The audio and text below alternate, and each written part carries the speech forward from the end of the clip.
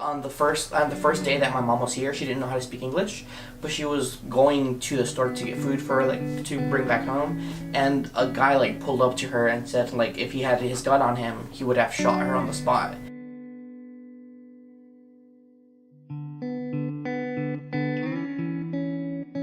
I'm a second-year senator for the Student Government Association for the College of Liberal Arts and Social Sciences.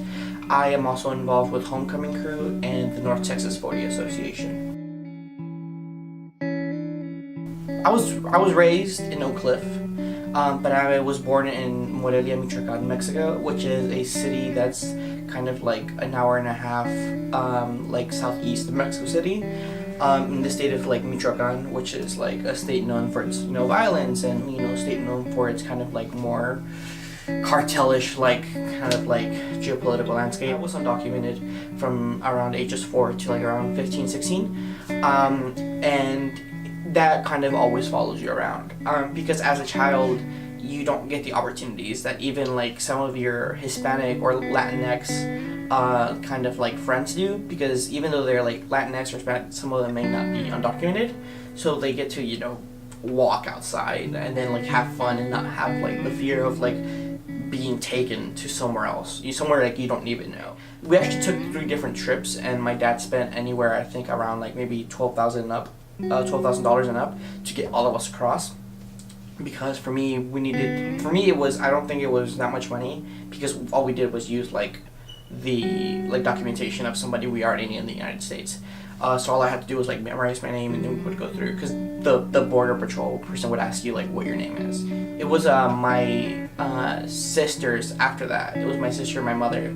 So on the second trip, my sister passed again, but they asked her harder questions, but she was still allowed to go through. And on the third try, my dad and the younger sister went with my mom, and my dad was allowed to go through, but not my mom and the younger sister. So we what my dad did is he paid around thousands of dollars to get someone to help them cross through the river.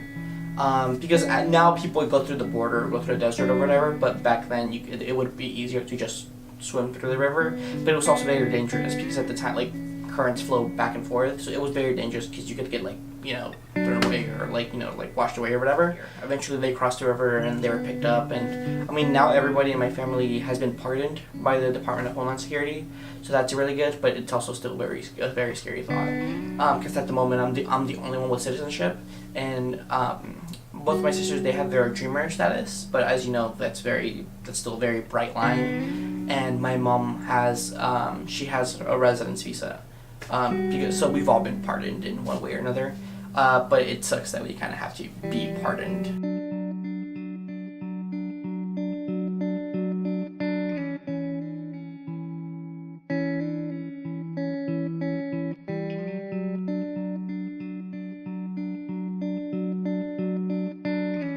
Now they're acting in a different way, in a more literal neo-Nazi Holocaust way, and I that's honestly what I would have boiled down to it.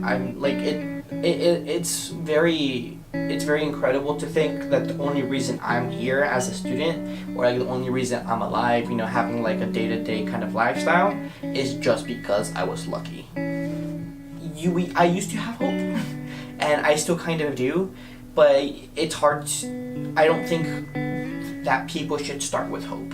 While in 2008 that might have been a very good way to get people riled up to vote for Obama or for the Democratic Party, and hope used to be a very good thing, but hope doesn't change laws, or hope doesn't change the way society lives. Hope doesn't break down the systematic or economic barriers. I think we need to start with systematic change, and history shows us that this systematic change comes from regular people.